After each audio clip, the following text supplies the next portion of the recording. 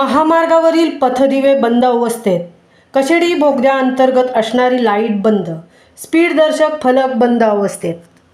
पोलादपूर शहरातील अंडरपास महामार्गावरील विद्युत प्रकाश योजना बंद असल्याने या रस्त्यावर अपघाताची शक्यता निर्माण झाली आहे.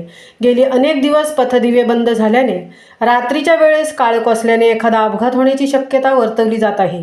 यापूर्वी अंडरपास मार्गिकेमध्ये गणपती काळात एका टेम्पो ट्रॅव्हलच्या चाकाखाली गुरे आल्याने अपघात झाला होता.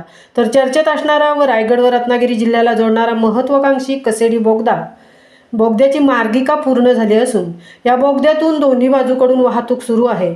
मात्र या बोगद्याच्या अंतर्गत असणारी लाईटसह स्पीडदर्शक फलक बंद असल्याने दिवसा व रात्री बोगद्याच्या अनेक भागात अंधार असल्याचे पाहावयास मिळत आहे. अंडरपास रस्त्यावरील विद्युत प्रकाश झोत काही दिवसांपासून बंद असल्याने अंडरपास रस्त्यावरील काळोखांमधून वेगाने मार्गस्थ होणार आहेत. या ठिकाणी असलेले पथदिवे सुरू करणे गरजेचे बनले आहे. महामार्गावर असणारी अनेक पोलवरील लाईट बंद आहेत तर काही चालू आहेत. मात्र ज्या बंद आहेत त्या पूर्ववत कराव्या अशी मागणी प्रवासी वर्गाकडून करण्यात येत आहे.